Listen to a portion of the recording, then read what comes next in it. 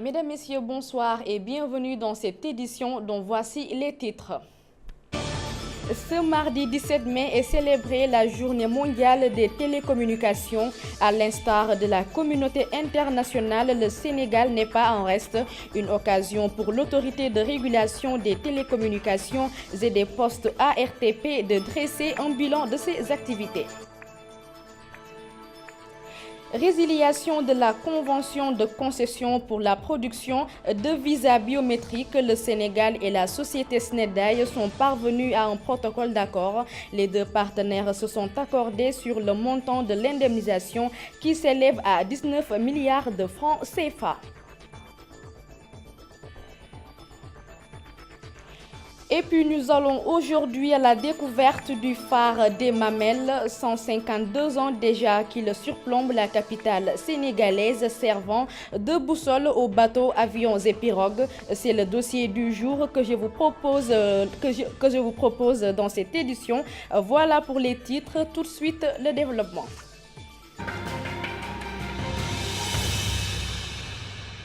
Bienvenue à toutes et à tous. La Journée mondiale des télécommunications est célébrée le 17 du mois de mai de chaque année. Une occasion pour l'autorité de régulation des télécommunications et des postes ARTP de dresser un bilan de ses activités. Ce moment a été également saisi pour présenter le Fonds de développement des services universels. Aminata Thiam et Sanoussi Sané, compte rendu. À l'entame de ses propos, Abdou Karim Sall dresse un bilan positif sur les activités de l'autorité de régulation des télécommunications et des postes. Nous avons constaté que le secteur se porte bien.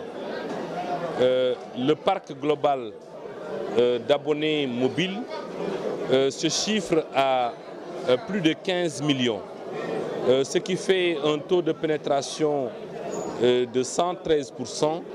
Le taux de pénétration est un indicateur calculé sur la base du parc et des populations, du nombre d'habitants. En dehors de ce chiffre qui concerne le mobile, nous avons également le parc Internet qui est en train de progresser. Cette année, l'entrepreneuriat dans le secteur des TIC au service du développement social est le thème choisi pour la Journée mondiale des télécommunications. Le Fonds de développement des services universels réalise des projets impactants sur la population, mais il est peu connu. Tout ceci a été fait en l'espace d'un an, ce qui nous a permis dès 2014 de commencer donc le travail. Et l'essentiel des projets, pour ne pas dire la totalité, a commencé à sortir de terre en 2015. Donc que ce service soit méconnu, c'est somme toute assez normal. C'est un service qui vient de naître et qui est né dans la douleur parce qu'héritant d'un passif qui n'existe pas. S'inspirant des meilleures pratiques en matière d'intervention, le Fonds de développement des services universels compte, en profitant de l'attribution des licences 4G, généraliser les télécommunications dans toutes les localités du Sénégal, notamment les zones non rentables. Les projets d'appui à l'éducation se poursuivront avec le développement de ressources numériques adaptées au système éducatif sénégalais. Aminata Thiam, ce fonds de développement des services universels est alimenté par les réseaux de télécommunications nationaux et des dotations qui proviennent souvent de l'étranger. Il participe au financement des startups ainsi que la résolution des problèmes liés au TIC. Mamadou El Hajili, qui est un membre du comité de direction du FD Sud, revient en profondeur sur son utilité. Le Fonds de développement des services universels télécom a été mis en place après la libéralisation du secteur des télécoms. C'est pour un peu supplier au service qui est très réservé, n'est-ce pas, au droit public, c'est-à-dire que le service public. Aujourd'hui, le fonds a pour vocation d'assurer ou bien de démocratiser l'accès aux services universels de télécommunications à tous les Sénégalais,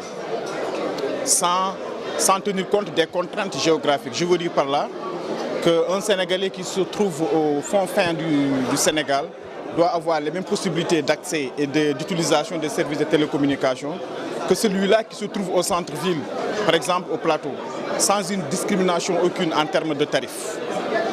Donc également le fonds a pour mission de financer la stratégie du gouvernement en termes de services universels de télécommunications. Donc également et de démocratiser l'accès des TIC, l'intégration des TIC dans le système éducatif, notamment dans le préscolaire, dans la case des tout-petits, dans les daras et au niveau des établissements scolaires, les lycées et collèges, au niveau du supérieur. Aujourd'hui, le fonds est alimenté par les opérateurs. Donc les opérateurs cotisent chaque année 3% de leur chiffre d'affaires, donc c'est ça qu'ils versent au niveau du fonds. C'est ça qui alimente le fonds. Et dans le dispositif réglementaire également, le fonds peut faire recours, n'est-ce pas, à des donations, à des fonds extérieurs. Et puis en ce qui concerne la 4G au Sénégal, l'État maintient son engagement selon Abdou Karim Sall, directeur général de l'ARTP. Il soutient que les Sénégalais l'auront bientôt sans entrer dans les détails. Suivons ses propos avec Aminata Thiam et Sanoussi Sané.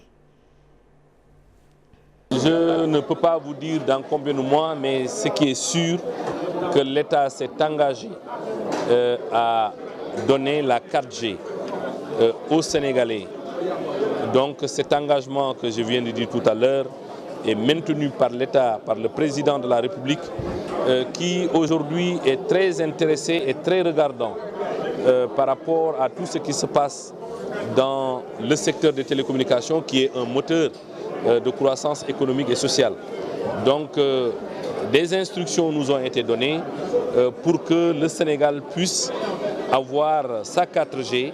Et Inch'Allah, les Sénégalais l'auront si Dieu le veut. Parlons éducation à présent avec la 6e élection au certificat d'aptitude pédagogique dans la fonction publique. L'Union démocratique des enseignantes et enseignants du Sénégal est en tête du classement. L'UDEN a eu 17 grades suivi du SAEMS avec 14 grades. Le syndicat de Awawad se réjouit de ces résultats publiés vendredi dernier. L'UDEN a tenu une conférence de presse ce matin. Amadou Sabarba et Mbaïndir, reportage.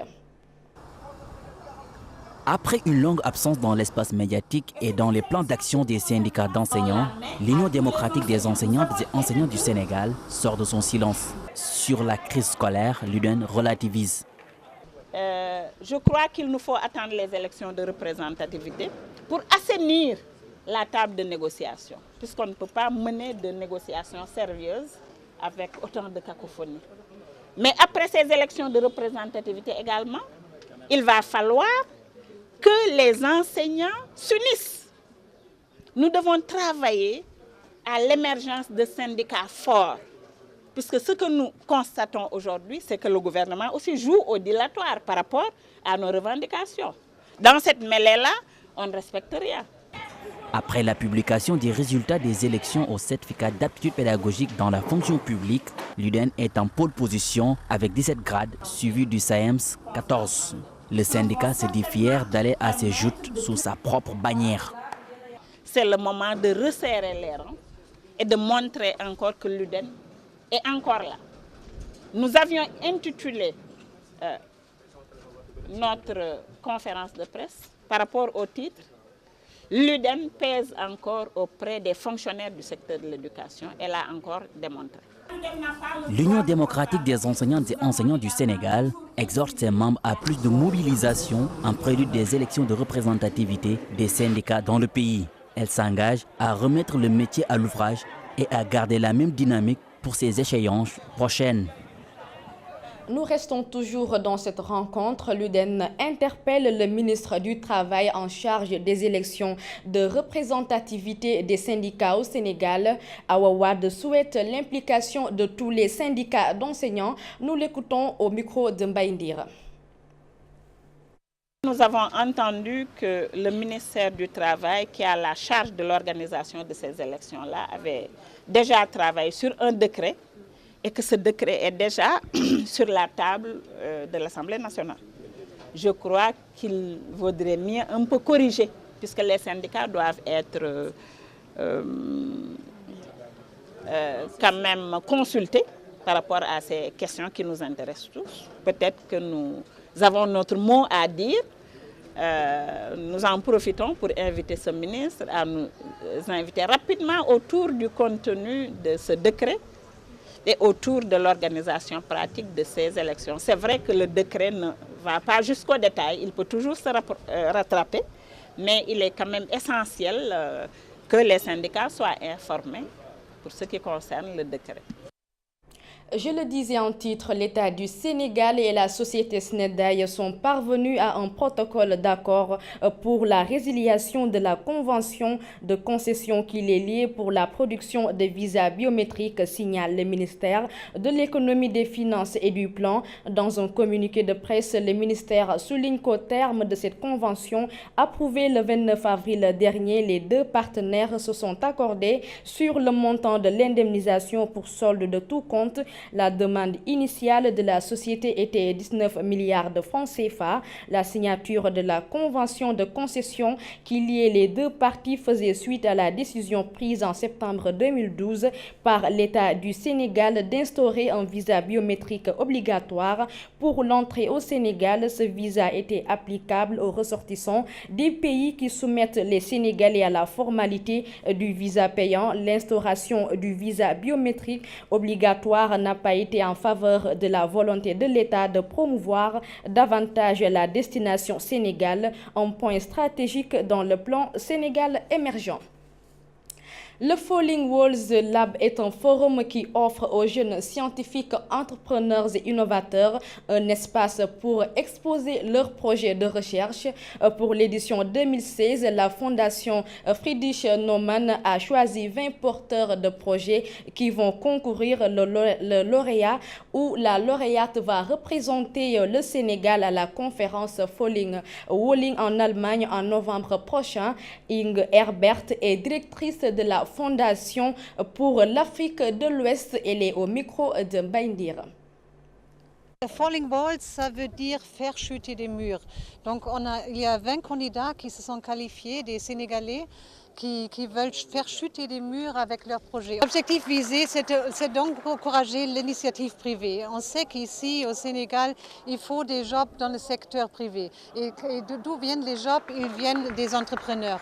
Donc il faut encourager cet esprit que des jeunes qui ont des idées, tout le monde qui a des idées, qu'il faut les encourager de réaliser leurs idées. Tout le monde doit être encouragé à faire du business privé. Donc nous, comme fondation, on s'engage aussi, surtout pour les femmes, parce qu'il y a beaucoup de femmes dans l'informel qui pourra aussi sortir dans le formel. Donc ce n'est pas seulement les jeunes, mais cette compétition aujourd'hui, elle s'adresse aux jeunes. Ils ont tous gagné parce que déjà ils seront accompagnés par la PIX, par ADPME, par Baobab Entrepreneurship. Déjà ils seront accompagnés, mais après il y a 3 gagnants et le premier gagnant, il va partir à Berlin. Place maintenant la rubrique découverte. 152 ans maintenant qu'il surplombe la capitale sénégalaise, servant de boussole aux bateaux, avions et pirogues. C'est le phare des Mamelles, un lieu historique que je vous propose de découvrir de l'intérieur. Kodoussen et Bachir Bodian sont allés gravir la colline du même nom à la découverte du phare des Mamelles. Regardez.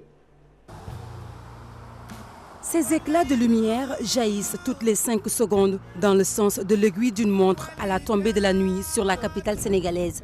Depuis plus d'un siècle, le phare des Mamelles. Malamine Fall est l'un des 3 gardiens qui veillent sur le phare. Cela fait 2 années que cet ancien guide touristique relate les origines du phare aux visiteurs. Avec lui, nous allons découvrir ce joyau. Bienvenue au phare des Mamelles. Le nom des Mamelles vient des 2 collines. Celle-là est le monument, ils ont des formes de mamelles. Et c'était 2 volcans, mais ils sont éteints, quoi. Et ce phare, le phare de Mamelles, est l'un des phares les plus importants d'Afrique. Et c'est le seul phare au monde qui est utile et pour les avions et pour les bateaux. Le phare a été érigé en 1864 par les colons français et sera ouvert un 1er avril de la même année. L'électricité n'existait pas encore à l'époque, mais la lampe du phare s'allumait déjà. On utilisait les feux de bois d'abord. Le feu de bois leur indiquait que, attention, à l'horizon, il y a des falaises ou une colline. Et ils se dirigeaient grâce au sextant. Ils scrutaient les bateaux, ils scrutaient le ciel, regardaient les étoiles, savoir où se trouve l'étoile polaire, l'étoile sud. Et ils se dirigeaient grâce au sextant. Ils scrutaient les bateaux, ils scrutaient le ciel, regardaient les étoiles, regardaient les étoiles, savoir où se trouve l'étoile polaire, l'étoile sud. Et ils se dirigeaient grâce au sextant. Ils scrutaient les bateaux, ils scrutaient le ciel, regardaient les étoiles, Après le feu de bois, ce fut l'usage du lampadaire à pétrole avant la modernisation traduite par l'utilisation des premières ampoules à gaz incandescent. C'est une ampoule de 3000 watts et qui allait jusqu'à 250 km de portée. Et après ça, ils ont employé les ampoules de 1000 watts qui avaient une portée moindre de 57 km. Mais ce genre d'ampoule, elle s'abîme vite et elle consommait énormément d'énergie. Et elle coûtait très cher à l'époque. C'est pourquoi bien après, nous avons préféré les nouvelles ampoules halogènes de 250 watts qui durent au moins 3000 heures et plus économiques. Au milieu de la nuit, le phare permet aux avions et aux bateaux de s'orienter. Voilà, ils verront le phare tourner et toutes les 5 secondes, il y aura un éclat. Toutes les 5 secondes, un éclat. Et les 5 secondes-là indiquent au bateau que vous êtes à Dakar. C'est un code. Les 5 secondes sont le code de Dakar. C'est une convention internationale. Alors, à partir de ce moment, ils savent qu'ils sont à Dakar. Et maintenant, pour prendre leur cap, c'est-à-dire leur direction, ils savent que le Brésil est à l'ouest, prennent la direction de l'ouest. Ils savent que l'Afrique est au sud, les Caraïbes, New York, Washington au nord-ouest et l'Europe au nord. Le phare des Mamelles se dresse sur le point culminant de Dakar, à 126 mètres au-dessus du niveau de la mer, avec un bâtiment faisant 21 mètres, soit un total de 147 mètres de hauteur. Nous y sommes. Voici la lampe entourée de cristal, d'où proviennent les lumières. Le cristal qui constitue l'optique est comme une loupe. On appelle ça la lentille de Fresnel. Vous l'avez appris en PC, hein? Entre la 3e et la terminale. C'est la lentille qui amplifie la lumière et la projette au loin. 152 ans en 2016 que le phare existe. Et depuis sa création, cette lumière ne s'est jamais éteinte. Et pour cause, l'infrastructure dispose de 2 feux, un principal d'une portée de 53 km à la ronde et d'un second de secours de 35 km de portée. Le fonctionnement du phare est toujours manuel et c'est sur les épaules du maître du phare, Ibrahim Sen, que repose la lourde responsabilité de cet élément clé dans la sécurité maritime internationale. C'est facile, c'est pas facile, parce que c'est un lieu un peu délicat quand même. Et notre devise, c'est d'abord que la lumière ne s'éteigne pas. Donc il faut être tout le temps là, 24 heures sur 24, ou bien le jour comme la nuit, parce que dès qu'il y a un problème, étant responsable technique, il faut intervenir. Des pannes peuvent également surgir au niveau du phare, mais la solution est toujours vite trouvée malgré les difficultés inhérentes. C'est difficile dans la mesure où les pièces n'existent pas au niveau de Dakar, il faut les commander. C'est pour cela que tout le temps, il faut, dans le stock du matériel, il faut avoir des pièces de rechange. Que ce soit l'ampoule, que ce soit les pignons, les roulements et tout. C'est un peu délicat par rapport à ça, que c'est un peu délicat. Mais apparemment, si ça fonctionne, il n'y a pas de problème quand même, quoi. On est outillé pour ça. De jour comme de nuit, le phare des Mamelles offre un spectacle magnifique, une vue panoramique sur Dakar.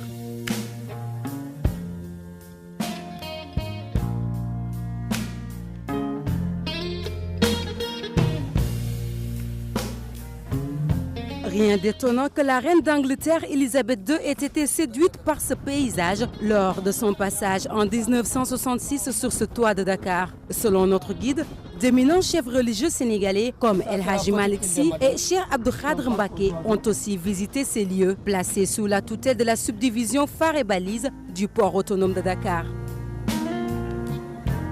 Naturellement, c'est une infrastructure de sécurité. La sécurité n'a pas de prix.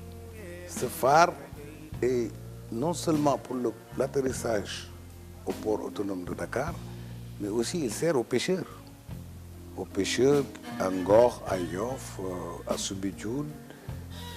Ce phare, quand le temps est mauvais, leur permet de repérer la côte et de pouvoir atterrir sur leur plage appropriée.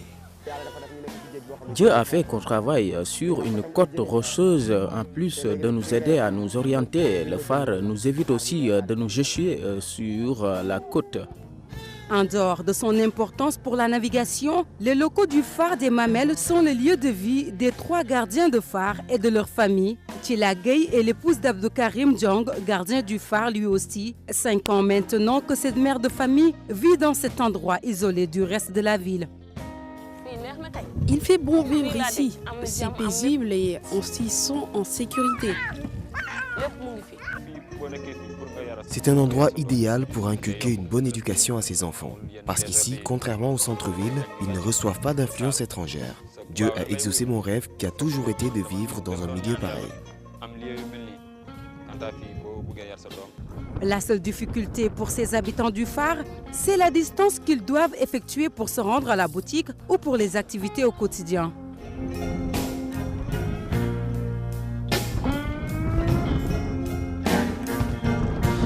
Une question qui sans doute sera résolue sous peu avec le projet de modernisation du phare déjà entamé par les autorités du port autonome de Dakar. Déjà, le phare dispose d'un espace détente réservé aux visiteurs et d'autres infrastructures. Le phare des Mamelles, un patrimoine historique, culturel et touristique que le Sénégal compte rehausser à sa juste valeur.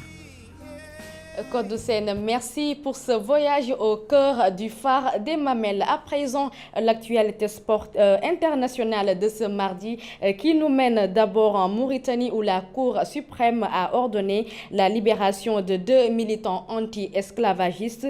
Et puis en Libye, la communauté internationale s'est prononcée en faveur d'un allègement de l'embargo sur les armes dans le cadre de la lutte contre le terrorisme. Et enfin, la capitale irakienne renoue avec la violence avec un triple attentat suicide ce mardi. Les développements avec Jean-Djibril William. La Cour suprême mauritanienne a ordonné ce mardi la remise en liberté immédiate des militants anti-esclavagistes Biram Da Abeid et Brahim Ould Ramdan. Les deux hommes avaient été condamnés en janvier 2014 à 2 ans de prison pour appartenance à une organisation non reconnue, rassemblement non autorisé, appel à rassemblement non autorisé et violence contre la force publique. Un verdict requalifié ce mardi à une peine maximale d'1 an de prison. Selon les autorités mauritaniennes, les démarches auraient déjà été entamées pour la remise en liberté des 2 hommes dans les prochains jours. Biram Da Abeid est connu pour être la figure du mouvement pour l'abolition de l'esclavage, aboli en 1981 en Mauritanie, mais qui perdure dans les faits. En Libye, le gouvernement d'union devrait bientôt pouvoir recevoir des armes pour combattre les terroristes sur son territoire. Lundi soir, la communauté internationale représentée par les pays voisins, l'Union africaine, l'Union européenne, la Ligue arabe et les États-Unis se sont prononcés en faveur d'une levée partielle de l'embargo sur les armes qui touchent le pays. Réunies à Vienne, les 24 délégations se sont mises d'accord pour apporter un soutien militaire au nouveau gouvernement libyen. Une décision qui devrait permettre au gouvernement de Fayez al-Sarraj de recevoir armes et munitions pour combattre l'organisation État islamique qui continue sa progression dans le pays. Les autorités libyennes qui ont par ailleurs réclamé ce mardi des avions de chasse et des hélicoptères afin de rééquiper une armée décimée depuis la chute de Muammar Kadhafi en 2011. Après une semaine d'attaques sanglantes, Bagdad a de nouveau été frappé ce mardi par les terroristes. 3 explosions ont frappé la capitale irakienne à la mi-journée, faisant au moins 50 morts et une centaine de blessés. La pluie meurtrière a frappé un marché du quartier de Chab dans le nord de la ville, faisant au moins 38 morts et 70 blessés. Une attaque revendiquée dans la foulée par le groupe État islamique qui, à travers son communiqué, affirme qu'elle a été commise par un kamikaze identifié comme Abu Khattab al-Iraqi. Les 2 autres attaques ont été perpétrées pour l'une dans le district de Rachid dans le sud de la capitale et pour l'autre dans le grand faubourg à majorité chiite de Sadr City dans le nord de la ville. 2 attentats à la voiture piégée qui n'ont par ailleurs toujours pas été revendiqués. On passe à l'actualité sportive pour finir ce mardi par le retour annoncé sur le ring de Floyd Mayweather. Et puis en NBA, Oklahoma City crée de nouveau la surprise après sa victoire sur Golden State hier soir. Nous allons parler aussi du football avec le transfert de David De Gea vers le Real de Madrid qui pourrait peut-être avoir lieu cet été. Voyons tout cela avec Jean-Djibril William.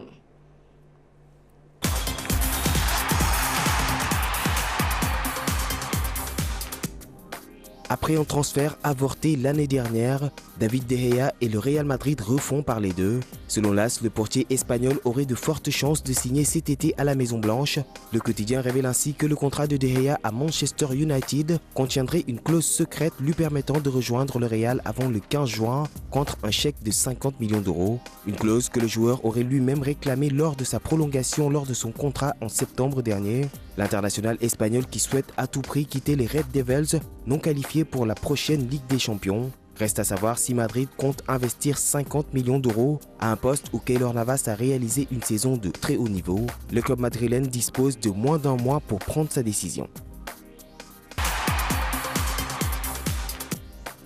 Surprise à Auckland ce lundi soir, grand favori à leur propre succession et battus seulement 2 fois dans leur salle en saison régulière, les Warriors se sont inclinés à l'Oracle Arena face aux Thunder lors du premier match de finale de la Conférence Ouest. Quelques jours après avoir éliminé les Spurs, Oklahoma City a fait mordre la poussière à Golden State 108-102. Une victoire à l'arraché qui permet aux coéquipiers de Russell Westbrook de récupérer l'avantage du terrain dès la première de cette finale. Le meneur du Thunder, auteur de 27 points, 12 passes et 10 rebonds, a tenu la trajet haute au double MVP Stephen Curry, dont les 26 points n'auront pas suffi cette nuit. Prochaine rencontre prévue dans la nuit de mercredi à jeudi, toujours à Auckland. À l'Est, c'est Toronto qui entame ce mardi soir la première finale de conférence de son histoire. Les Raptors ont remporté dimanche soir leur 4e match face au Miami Heat 116-89. Un succès qui leur permet de remporter la série et de retrouver en finale Cleveland, finaliste en 2015 et meilleure équipe à l'Est cette année. Un duel qui s'annonce explosif pour les deux franchises qui n'ont toutes deux jamais remporté de titre NBA.